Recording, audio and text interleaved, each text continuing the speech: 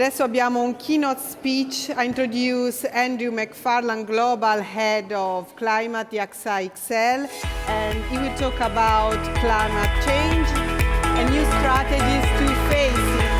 Thank you. I leave you the floor.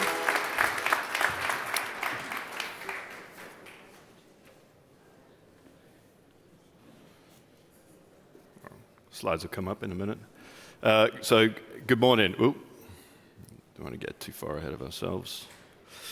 Good morning, everybody, and thank you for the opportunity to give you my perspective on the importance of a climate strategy, recognizing the risks and opportunities associated with a changing climate. So I only have about 20 minutes with you today, and through those 20 minutes, I'm going to briefly give you a bit of context around AXA XL, and myself, how I fit in, what exactly is a head of climate.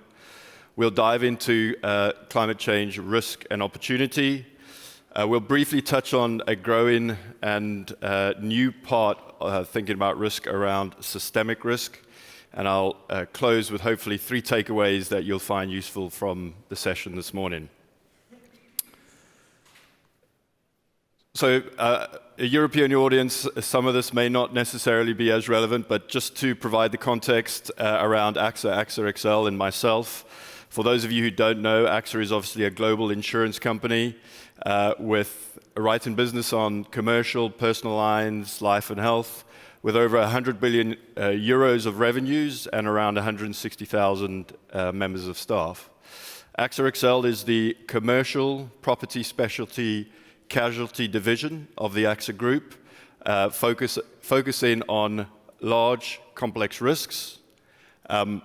We have a broad suite of products and services, and we also have a global footprint. My role, I work for AXA XL, and I'm the head of climate at AXA XL. And you might be asking, what exactly is the head of climate?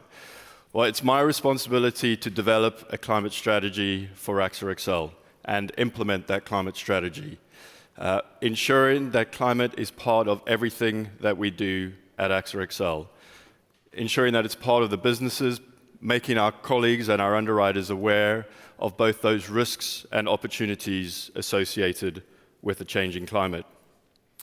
I'm also an actuary by training, so I'm not a sustainability professional, and I think that gives me a unique perspective around climate and the potential impacts, those risks and opportunities associated with the changing climate. Understanding those drivers of the risks, but also having a pragmatic view in terms of thinking about what those opportunities might look like. Okay, so sort of diving into why do we need a climate risk? Why do we need a climate strategy? What is it unique about climate that means we need to have something specific strategy related to climate compared to some of the other risks we face? The AXA Future Risk Report, which just came out at the end of October and is now in its 10th year, surveys risk professionals from over 3,500 risk professionals from around 50 countries, including AXA internal experts as well as external experts, and around 20,000 members of the public from 15 countries. And the number one risk from that survey is the perspective of climate change risk as the number one global risk that we face today. The other interesting fact coming from that AXA Future Risk Report, recognizing this is in its 10th year, since 2018, at a global level, climate change has only fallen off the top spot once, and that was in 2021. The other interesting piece of information coming from that Future Risk Report is when we look at the dimensions around the output and the outcomes of that Future Risk Report, when we look at it by region and we look at it expert versus public, 2023 is the first year that climate change was the number one risk across all those dimensions. So this is something which has been with us, and it's not going to go away. And so recognizing the fact that we need to ensure that we're prepared for the impacts of a changing climate means we need to go about developing a climate strategy. So how do we start to do that? How do we go about doing that? We start to think about the impacts from climate change across 3 risk pillars. the physical risk, the transition risk, and the liability risk. When we understand or think through the physical risk, that is the potential exposure that we have as a result of a change in the nature of the frequency and severity of climate events that we might be exposed to. These could be both acute in nature, so for example, a tropical cyclone or a flood, or they could be chronic in nature, driven by sea level rise or change in temperatures. Equally as important between the two. The other aspect when we understand and we dig into the physical risk is understanding that physical risk is a function of three components: the hazard, the exposure, and the vulnerability. The hazard is the potential event that has the potential to cause damage.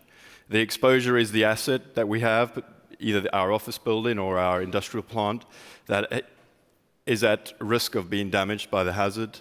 And the vulnerability is the extent to which our asset is able to withstand the hazard.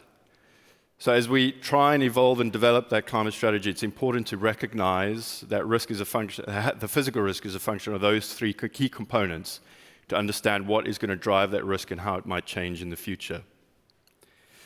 Transition risk is the risk that we're exposed to as we transition to a low-carbon, net-zero world, driven by societal and economic changes. Transition risk is driven through technology changes, so the extent to which we have to decarbonize our electricity supply, or new technology that makes our production of GDP more efficient. It's driven by policy and regulation changes, either at the local or state level. And it's also driven by consumer behavior, the decisions that you and I are making in order to facilitate and support that transition to net zero. The liability risk is the risk that we're exposed to through sort of increase in litigation risks as a result in or connected to a changing climate. These could be driven as a result of increased regulatory requirements or reporting or disclosure requirements, or they could also be brought about by communities or individuals who believe they've been exposed to impacts from a changing climate through the physical risk side of things. So these are three pillars that we need to be aware of and we need to be conscious of as we try and think through a climate strategy. It's the lens that allows us to try and develop what we need to do as a company in order to react to a changing climate. On the physical risk side of things, it could be thinking about how do we need to react to that change in the physical risk? What investment in adaptation or resilience do we need in order to adapt to changes that we might experience in the future? What might the future environment look like? On the transition side, it's what does transition mean for my business model? What investment needs to take place in order for us to transition? And again, thinking through what are the actions taken by our customers, what decisions are they making? On the liability side, it's what does increased reporting requirements mean for us in terms of the way that we manage our business, the processes we have in place, the governance that is required? How do we navigate through issues like reputational and greenwashing risks? And how do we set the goals and targets and plans to meet these targets? So if we didn't have a climate strategy, we wouldn't necessarily be able to think through the potential exposures and impacts that a changing climate would bring to our business. Okay, so those three pillars has given us a framework to think through how we might need to react. But what about the future? We know that the future is uncertain. We know that the path that we're on is very uncertain. And we know that that uncertainty is driven by the speed of action, the speed with which policies come into force, the speed with which technology is adopted, and the speed with which consumer behavior, the decisions we make, is changing. So we don't really know what final path we'll end up on. So how are we supposed to be able to prepare for a changing climate? Well, scenarios are a really useful tool for us to think through in terms of trying to understand where we might end up and what decisions we need to make as a business. The graphs on the left are two representations showing the historical levels of CO2 and temperature changes, the black lines on the left, and the shaded bit in the orange is a representation of the future. Those representations are what's called shared socioeconomic pathways, and they are representations showing where CO2 levels and temperature levels might lead to based on decisions that we make in society, societal trends and economic actions. And the important thing here is not necessarily getting too caught up on what exactly those scenarios are, but it's the graph, it's the red line on the right showing the uncertainty around those range of potential future outcomes. And in order to prepare for a changing climate, we need to be thinking about all of those considerations. The graph on the right is an output from the network, the NGFS, the Network for Greening the Financial Services Scenarios. And what that is looking to do is to try and translate what we see on the left into some scenarios and narratives that we can use as businesses to try and understand what those changes might be, where we might end up, and what decisions we might need to make. So looking at those scenarios, an orderly transition. What is meant by an orderly transition? An orderly transition is where we see significant investment, strong policies, and immediate action, which keeps us on that path towards net zero and temperatures at 1.5 degrees above pre-industrial levels. A disorderly transition is one where we see little or no action immediately, but the recognition that we need to change, and all of a sudden significant change, which gets us onto that net zero trajectory and keeps temperatures at that 1.5 degree level. So delayed action really, but with some economic disruption. A hothouse world is one where we continue on the path that we're on. Emissions continue to increase, and we see temperatures increase, and the resulting potential impacts that we see from a change on the physical risk side of things. And then the too little too late scenarios where we don't do anything, but we recognize at a late stage that we do need to make significant change, and we see significant investment with a large amount of economic destruction. So those narratives allow us to start to be able to think through what this might mean for our business and how we might need to react and prepare under each of these scenarios. It's really ensuring that we're able to prepare ourselves for what an uncertain future might look like. And we've got to recognize that these are just scenarios, right? These are not necessarily outcomes where society is going to land on. The reality is going to be somewhere between all four of them.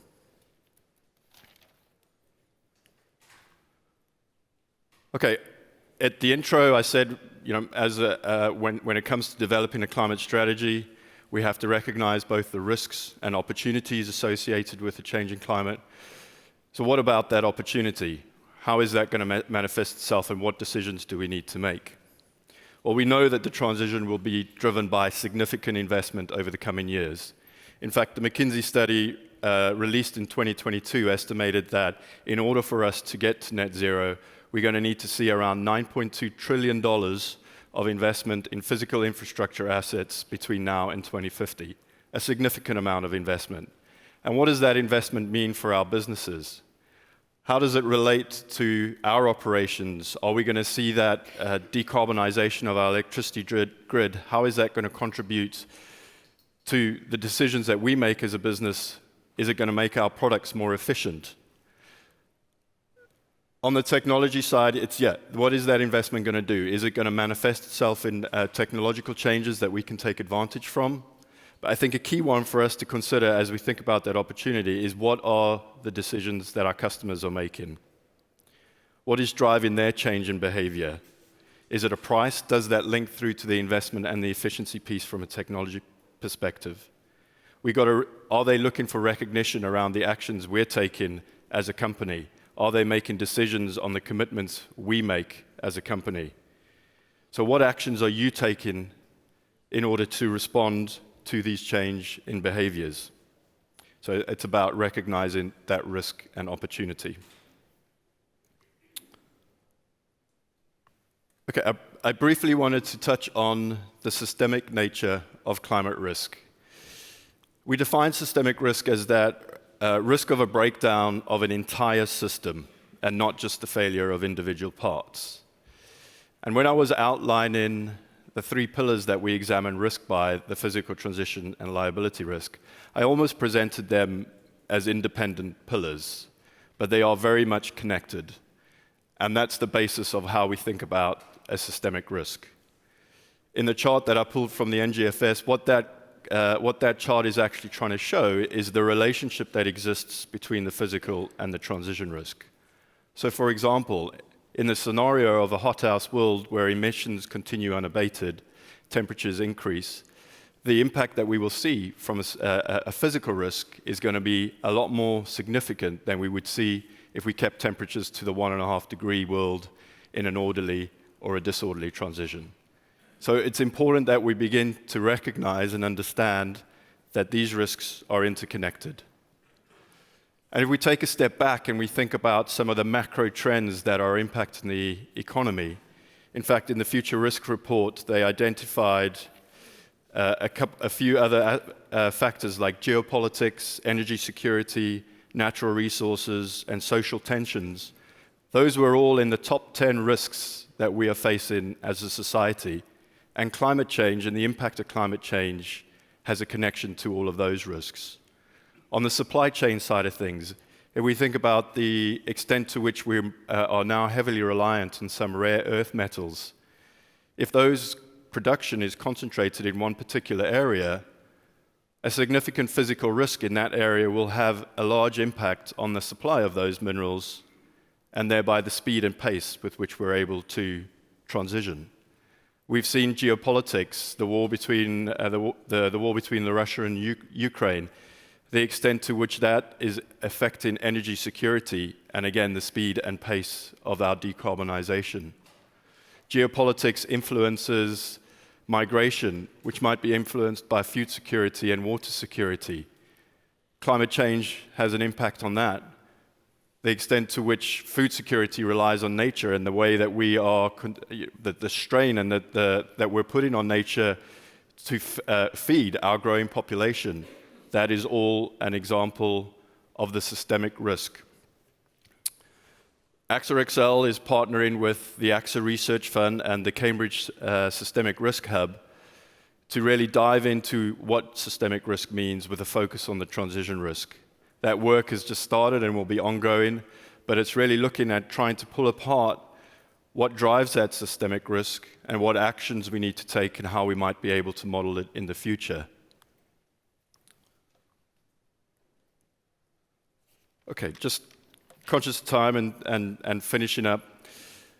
I always like to, when we leave, try and leave the audience with 3 takeaways. I believe as humans, we can only remember 3 things, well, I certainly can. So useful for us just to land on 3 items that is worth us taking away from the session that I have with you this morning. 1, it's important that we have a climate strategy, recognizing the risk that we're exposed to, the changing risk that we're exposed to, and the ongoing relevance of climate change in the way that we run our businesses. 2, we got to recognize that climate is both, the impact from a changing climate is both presents us with a risk and an opportunity. We need to understand the risks, but equally, we need to think about the way in which we need to change our businesses in order to take advantage of any opportunities that might exist. And lastly, we've got to recognize the pillars that we have for climate risk, the physical transition and liability perspective, but recognize that climate risk is a systemic risk, right? And we need to start to, as we evaluate those risks, evaluate the interconnected nature between those 3 pillars. So hopefully those 3 items resonate with you. There'll be a test for you on the way out. And yeah, thank you for your time.